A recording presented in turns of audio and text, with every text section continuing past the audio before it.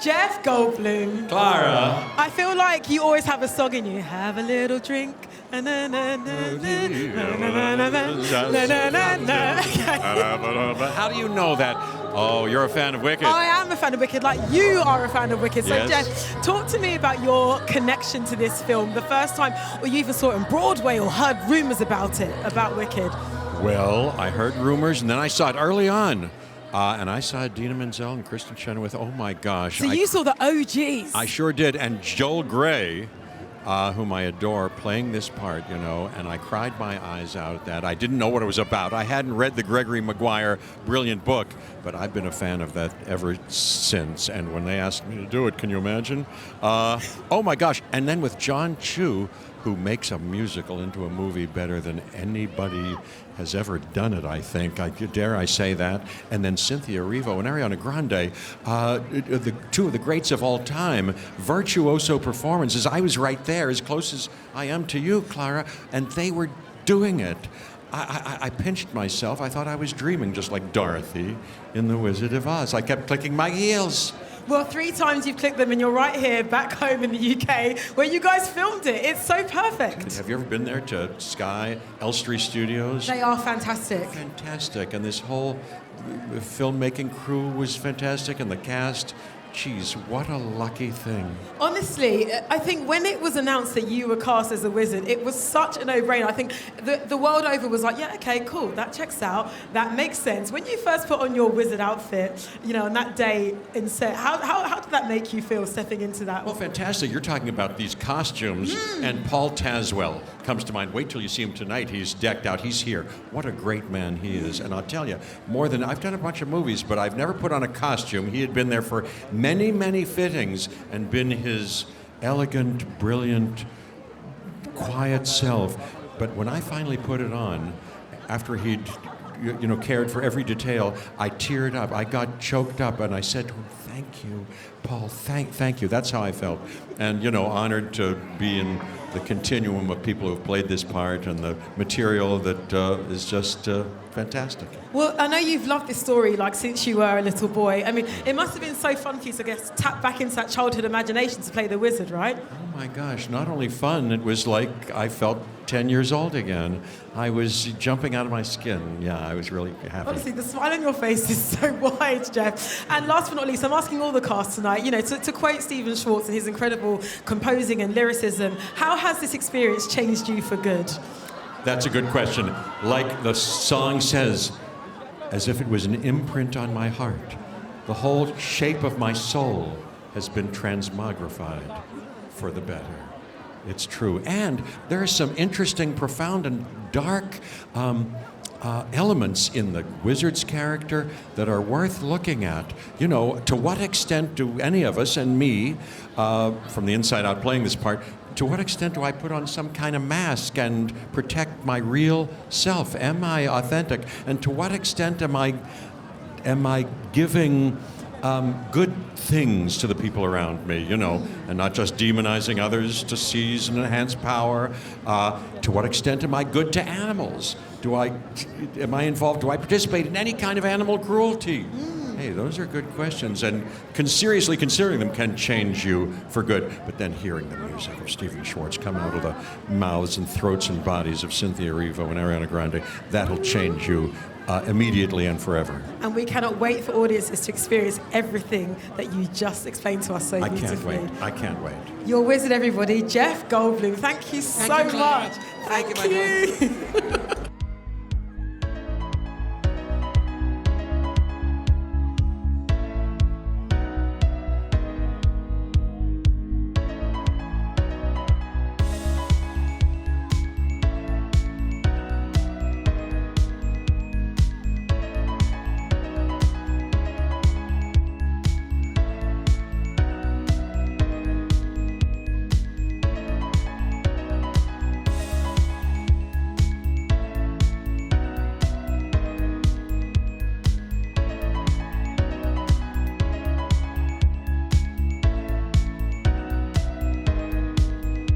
Well, if it isn't the Winky Prince. Hello, Fiyero. Jonathan Bailey, welcome Welcome home. It's lovely to see you, Clara. I know there is no place like There home. is no place like home. Okay, this guy is hilarious. I mean, look, on one level, he's vain. He's the hot boy that everybody wants. But there's so much more to Fiyero than meets the eye, right? Yeah, I think so. I think he's really complicated. You know, I think there's a lot of nuance, and I think John M. Chu, who is the director of this film, it's a sort of directorial feat, this, and it's so incredible, and partly because he wanted to explore the characters in multi-layered, sort of multifaceted ways, and there's a lot to Mr. Winky. Yeah. There is a lot to the Winky Prince. You get to be delightfully playful, but also so sensitive in this role. Let's talk about the playful moments. Dancing Through Life, that number. Changed you for good, no pun intended? Yeah, in the way that I can't really walk straight. No, it was amazing. Yeah, Chris Scott's here, who's the incredible, I just said hello to him. He's an amazing choreographer, and part of the joy of doing something like this is the discipline and the work that you put into it. And I danced when I was about 5-6 years old, and so it was when I watched it, I suddenly was overcome with emotion, and I realised it's sort of full circle.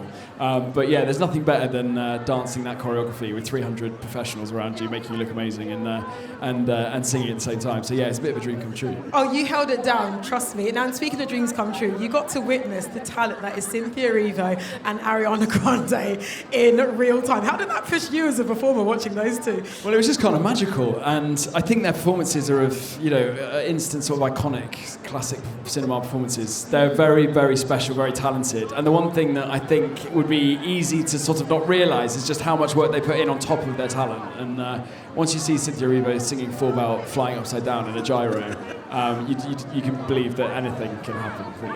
Right on. Jonathan, thank you so much for joining us. Our Winky Prince, the one and only Fiyero, Jonathan Bailey. Thank you.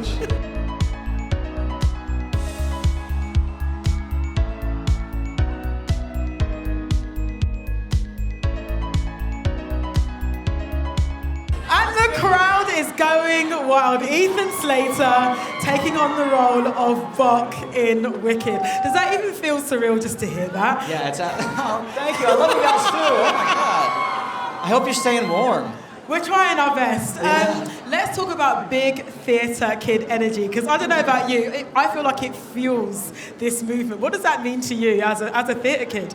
I mean, Wicked is such a huge part of the theater world and theater kids' lives, and it's what made me a theater kid. It's one of the things that I saw when I was in 6th grade, and I fell in love with Wicked. So to be a part of something like this, and to be making it with so many theater kids was a really special thing. Well, that's the thing, and also it's lovely to see all of you guys realise your dreams, because I know you tried out to be Bok for the Broadway version, right? And that didn't work out, but now look. I know. I feel like I needed to learn some things. Also, in my audition, I was remembering that I kept on saying Munchkin Town because I was nervous. So I think I needed to learn how to get control of that. Munchkin Land. I've learned now. Is where Bok Woodsman is definitely from. Yeah. Talk to me about the first day you stepped onto Munchkin Land. This dream realised by John M. Chu. It was absolutely surreal. I mean, what was surreal about it is that it actually felt like stepping into the world of Oz.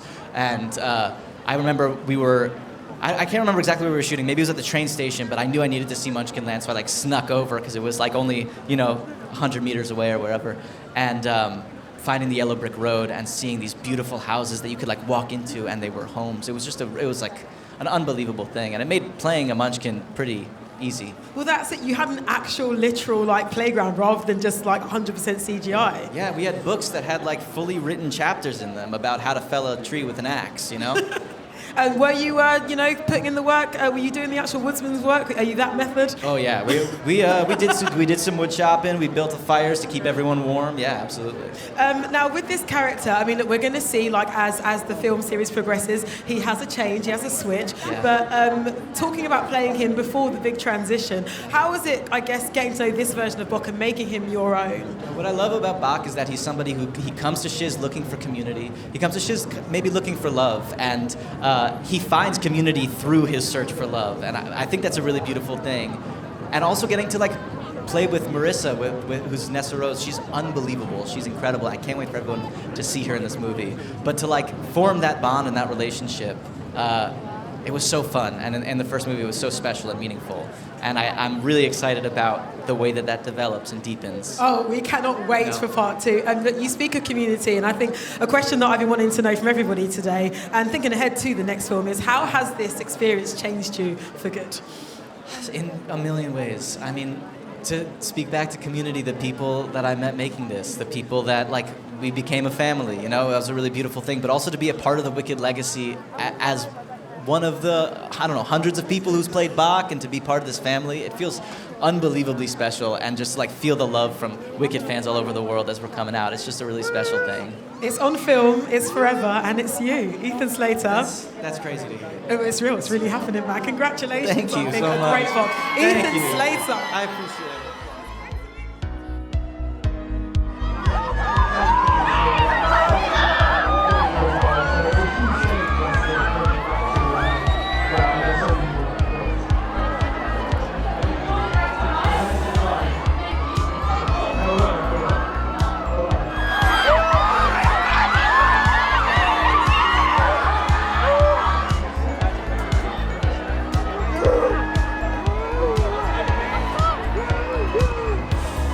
Taking on the role of Nessarose, Marissa Bode. Welcome to the green carpet. It's happening, the Wicked European premiere. How excited are you to be back in the UK where you guys filmed this thing? I'm so excited. It feels so incredibly full circle. This coming to the UK when we first started filming was my first time overseas in general. And what a privilege. London's beautiful. Well, this is it. It's a lot of firsts because I know you pretty much left drama school, about 3 years ago. This is your debut film role. You're doing all right in life, I think. Apparently, yeah. I'm here. We out here. Yeah. Really? Can you talk to me about your audition process? Yeah, so it was over the span of a few weeks, within a number of callbacks over a few weeks. And then, like, I didn't hear back, so I thought it was donezo for me. And then a few days later, after being sad, I get a call back, and John had told me in the sweetest way and incorporated Ari and Cynthia that I had gotten the part, which was all over Zoom, 8 a.m. my time, because they were all in the UK already. And then I was like, well, how am I supposed to just sit with myself now and not tell anybody for the rest of the day and for like a few more months? Okay, but who did you tell on the slide? Did you tell anybody? I told my parents immediately, and then I told a few of my closest friends. But it all worked out. And as you said, I mean, it's definitely the opposite of donezo. You slayed this part of Nessarose. And also, you're making history. You are the first authentically disabled person to ever play this role since its inception. That must be so incredible to have this be part of your legacy.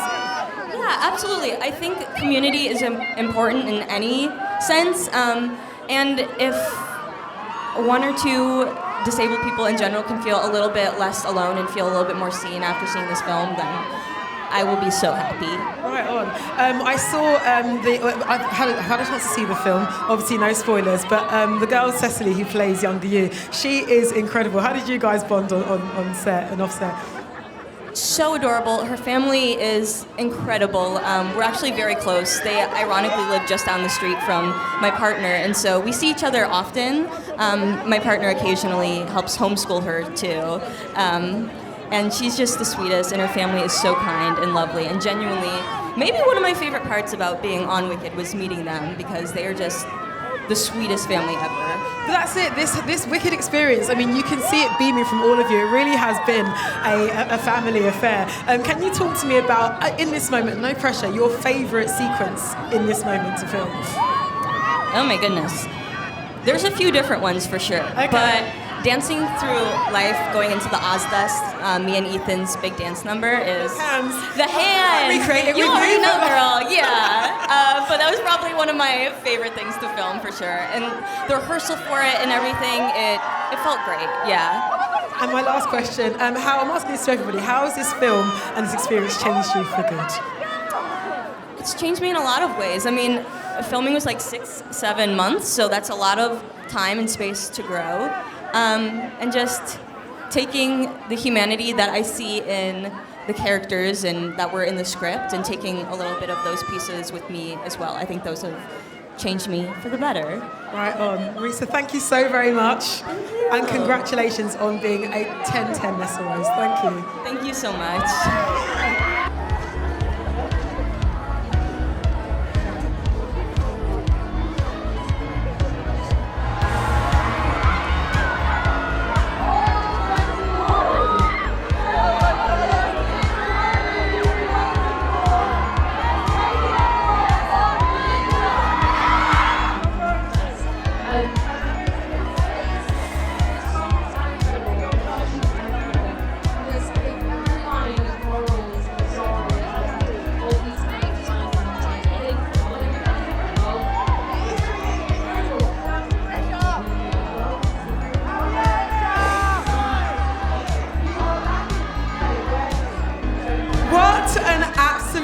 thrilled to be joined by the two stars of Wicked, your Elphaba, your Glinda, Cynthia Erivo, Ariana Grande. Welcome to the UK. I mean, there's no place like home, right? No place like home. Now, you guys filmed this in London and you are here for the final stop of your Wicked World Tour. How are you guys just feeling? Is this a full circle moment being back in the UK? Yeah, it's definitely a full circle moment. But for both of us, we spent so long filming here, and obviously this is home for me. So being able to bring it back like this is really, really wonderful, yeah. Right on. It feels like my second home, just for being here for so long, and I love it so much, and I'm just so grateful. It's really full circle. It's so overwhelming, and the fans are so beautiful. You guys too. are amazing. Thank you so much. We're so grateful. They are dedicated. Cynthia, it would be remiss of me not to talk to you about Defying Gravity. Yeah. I mean, that battle cry, how did you prepare for that moment? Because watching Ariana as Glinda, watching you do it, it was heartbreaking and beautiful. How did it feel to finally reach that moment? I mean, it felt really, really wonderful. That was a really full circle moment for me because it was the end of the shoot. It's the last thing we did. And I'm really proud of what we got to, and I was given sort of the space to make it my own. So I'm glad that you loved it, and hopefully everyone else will. Oh, trust me, we love it, and then some. Ariana, I need to talk to you about No One Mourns the Wicked.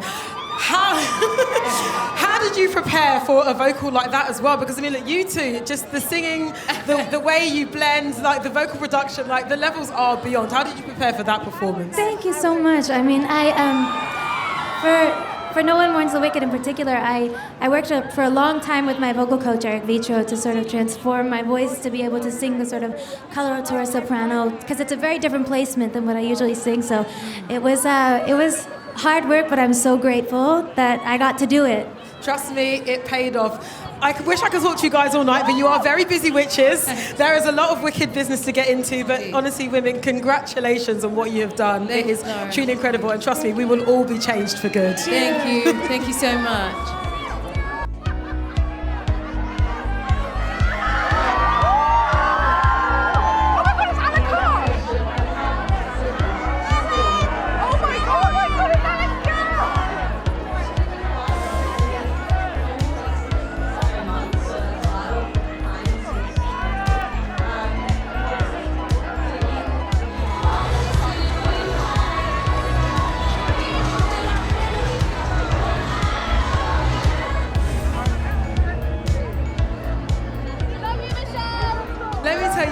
When Michelle Yeoh speaks, we can't help but listen to every single word. The epitome of elegance as Madame Morrible. Michelle, you've had an incredible relationship with John and Chu. You've worked together before. When he called you to say, hey, I want you to be in this movie, was it just an instant yes? You know, John can throw the phone book at me and I'd say yes. I love this young man. I think he's one of the most brilliant, amazing storyteller. And when he called, I did say to him, John, you realize this is a musical and I don't sing, right? But he had confidence in me and I was up for the challenge. And so here I am as Madame Morrible. Singing alongside Cynthia Erivo. Incredible work. I must say, Cynthia, because my first song is with Cynthia, and you know and they sing live, so we're singing live, and I was going like,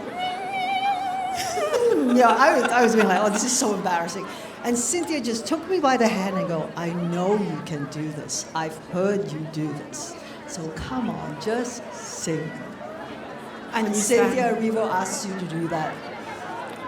That's what you do. That's what you now, in between filming, you won your Oscar, which is so incredible. What was it like bringing that energy to the incredible set at Shiz? I must say, because January, February, March, leading up to that, I was flying between Los Angeles, New York, Santa Barbara, America and London, and filming Wicked. But being in Wicked grounded me so much. It gave me so much love and encouragement, nurture. And I was nourished because when you're on the Oscar, what we call the Oscar campaign, it is very discombobulating. You're not sure what you're... Hello. I love you, Michelle. And so every time I came back on the set, it was like, I'm with my love girls. So when I brought the Oscar back, John and Mark had organized that I walk onto set where they have the Ozfest, the dance, and we were up those stairs, and John was right on the top of the stairs, and I walked in with my Oscar. It was wild. And when they say jumping for joy, that was what John M. Chu was doing. He was like, ding, ding, ding, ding, ding, ding, ding, ding. I was like, please don't fall off the stage. And they had done this big cake, so it was such a welcome. It was love. Well, that's the great thing. I mean, seeing all of the cast together, you guys really are a family. What would you say were some of the best moments of filming that truly bonded you? Just being together. When you're on set, it's just because we all know the characters so well, we know what we are doing. So when we're not shooting, they break into song and dance. So it's so easy. I just sit back and watch this show going on the whole time. And it's a really, truly loving set. So it's wonderful.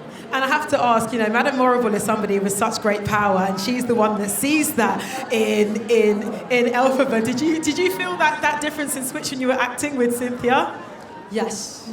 And I think a lot of the emotions that you see between us are very real. And I think, as anybody knows, the camera magnifies any emotion 3-folds, 4-folds. So whatever you see is true. Well, we cannot wait to see your magic in action. Michelle Yeoh, as Madame Morrible, it was incredible to meet you. And enjoy the film. Wicked, incoming.